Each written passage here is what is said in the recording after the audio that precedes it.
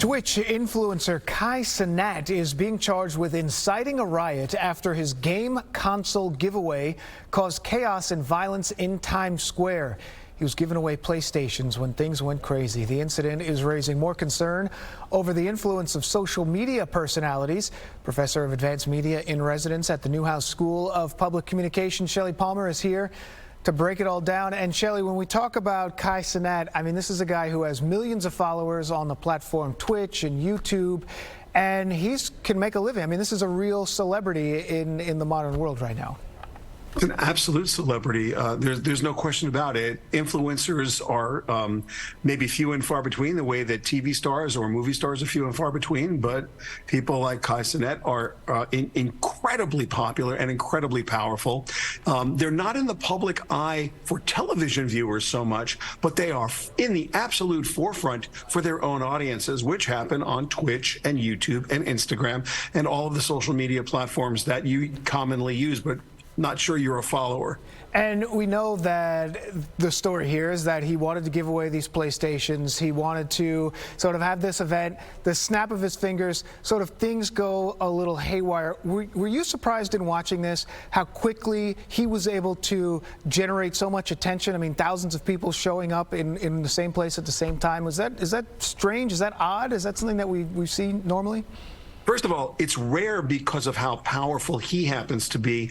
There are some very powerful influencers. For example, Mr. Beast opened a restaurant and had 10,000 people show up. And there is no amount of advertising anyone could do in traditional media that would bring 10,000 people to a restaurant opening. Here, you basically had what the police are calling a riot, and it certainly looks like, that to me, from just, one solid social media post. He had a little bit of help from some other social media influencers, but at the end of the day, it wasn't a snap of his fingers. These are loyal followers, people who consider him a star. Influencers are like a weird name to call anybody on social media. It's what we use, but it's not correct.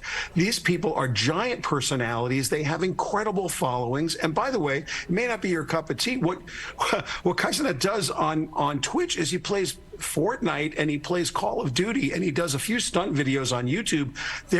If you like that as a genre, he is magnificent at what he does, and the way you can tell is by how many followers he has across all the platforms. And Shelly, we heard the mayor, New York City Mayor Eric Adams, and we also had Jeffrey Madry, chief of department, right on our show yesterday, and they were talking about, look, part of this is that parents have to know what's happening with their kids. They have to know what their kids are watching, what their kids are looking at.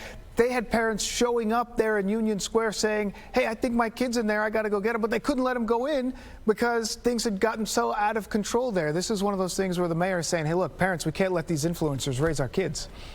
At the end of the day, most parents don't spend anywhere near enough time understanding what the internet is and what social media absolutely can and cannot do. And I think maybe this is a teachable moment. If you look here, this is the direct result of great marketing from Cenat, but it's also maybe a little bit of parents not knowing what their kids are doing. Look, when you taught your kid to walk across the street, you grabbed their hand, you said, look both ways, let's cross the street. You didn't do it once, you did it a lot, like many, many times. When you let your kid use the smartphone when they're 6, 7, 8, 9 years old to calm them down, and then they have their own at 13, 14, 15, if somebody offers them a free PlayStation and you don't know about it and they decide that's what they're going to do, I can't blame the kid. I really can't. And so I'm not going to shame the parents. I'm just going to say this is a great moment for all of us to think, wow, there are influences on our children that we may not be aware of and may not be in control of. So that's a heads up for parents. And basically, I don't want to blame the influencers. They're doing their job. They're making a lot of money on YouTube and on Twitch, on platforms support. Yeah. Influencers with big followings. And Shelly, it's not one of our normal topics, but it's a good one. Everyone's talking about it. So thank you very much, Shelly Palmer, tech expert. We'll see you next week. Yeah.